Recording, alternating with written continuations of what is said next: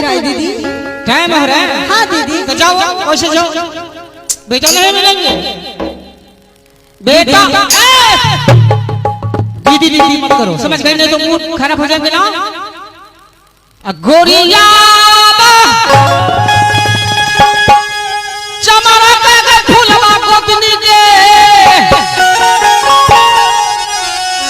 अरे काला करबा गई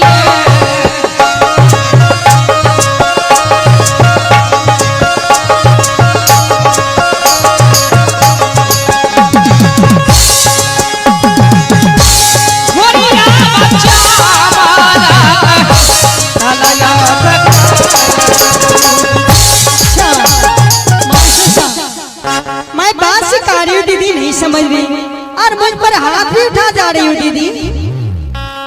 तो चलो कोई बात नहीं, माँ हो ना, हाथ भी उठ गया तो कोई बात नहीं दीदी, वो भी मुझे मंजूर है दीदी। अच्छा अच्छा अच्छा। अगर हमने हाथ ही उठा दिए तो क्या कर लोगी? कुछ नहीं दीदी, मैं आपकी क्या कर सकती हूँ दीदी? ये बात है, आप तो बड़ी है, मैं छोटी हूँ। तो छोटी है तो सीधे निकल जाओ ना, जाओ बाबा। और दीदी आखिरी मैं कहती हूँ, मेरी बात रख लो दीदी। क्या आखिरी कहती है तुम? बोलो क्या कहती है आखिरी बात? क्या कर लोगी तुम? बेटा मुझे दो दीदी। नहीं मिलेंगे। मैं बेटा लेकर के जाऊंगा। नहीं मिलेंगे। लेकर के नहीं मिलेंगे। कथी लायल मुँह लगा बैठी गे। अच्छा फूलाबा के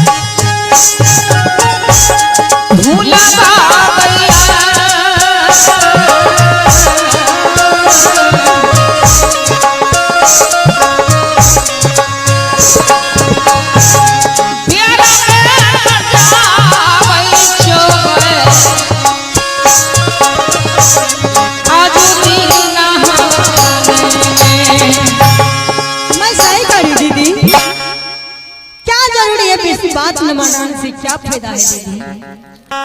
नहीं दीदी। क्या? कुछ फायदा नहीं। क्या फायदा है दीदी? फायदा कुछ नहीं। चलो उसी में लड़ाई भी करोगी, क्या करोगी? लड़ाई मैं कहाँ करती हूँ? और ज्यादा दीदी छोट से मुंह नहीं लगना चाहिए दीदी। अरे बाप रे बाप, छोट से बड़े होती है, छोट छोटी होती है दीदी। छोट से मुंह नहीं लगाना चाहिए। हाँ दीदी। देखिए छोटी मुंह बड़ी बात। रानी फुला अभी भी अपनी जुबान को सही करो। मेरी जुबान सही है दीदी, और मेरी आपका जुबान बढ़ते जा रही है दीदी। फुला मैं चलती आराम करने के लिए, और तुम अगर जाना है एक काम कर सकती हो। देखो अगर तुम नहीं जाओगी मिलन के साथ, नहीं जाओगी आपसे आप, नहीं जाएंगे देवर के साथ। एक काम करो, देवर के हैं वन बाबा शिकार करने के लिए मंगा लो।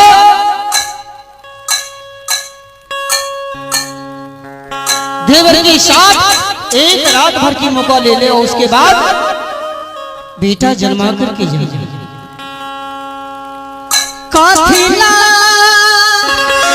और उतना ही नहीं, उल्हाना है दीदी गे,